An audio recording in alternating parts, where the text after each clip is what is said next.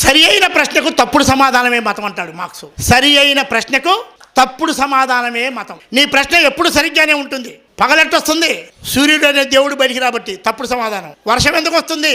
వరుణదేవుడు కురిపిస్తున్నాడు, తప్పుడు వర్షం ఎందుకు వస్తుంది? సరి అయిన ప్రశ్నే. వరుణదేవుడు కురిపిస్తున్నాడు, తప్పుడు సమాధానం. నేను ఇలా పనిచేసి వచ్చా, నాకు పువ్వు ఎందుకు లేదు? సరి అయిన ప్రశ్నే.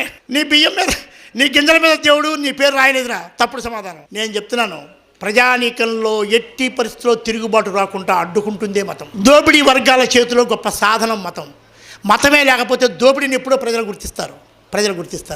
కులమే లేకపోతే, భారతదేశంలో కులమే లేకపోతే 90% ఉన్నటువంటి పీడిత వర్గాలు యుద్ధం కూడా చేయాల్సిన పని లేదు, తమ ఓట్లు తమ వేసుకుంటే చాలు. మీకు ఒక విషయం చెప్తా, ప్రజాస్వామ్యం వచ్చింది, రాజ్యాధికారం ఓట్ల ద్వారా పొందే అవకాశం కూడా వచ్చింది. ఇంకా నువ్వేందో కత్తులు కటాలు పట్టుకుని పోయేది, ఎవరిని చంపుతావు? పైగా మార్క్సిజం హింసకు వ్యతిరేకం.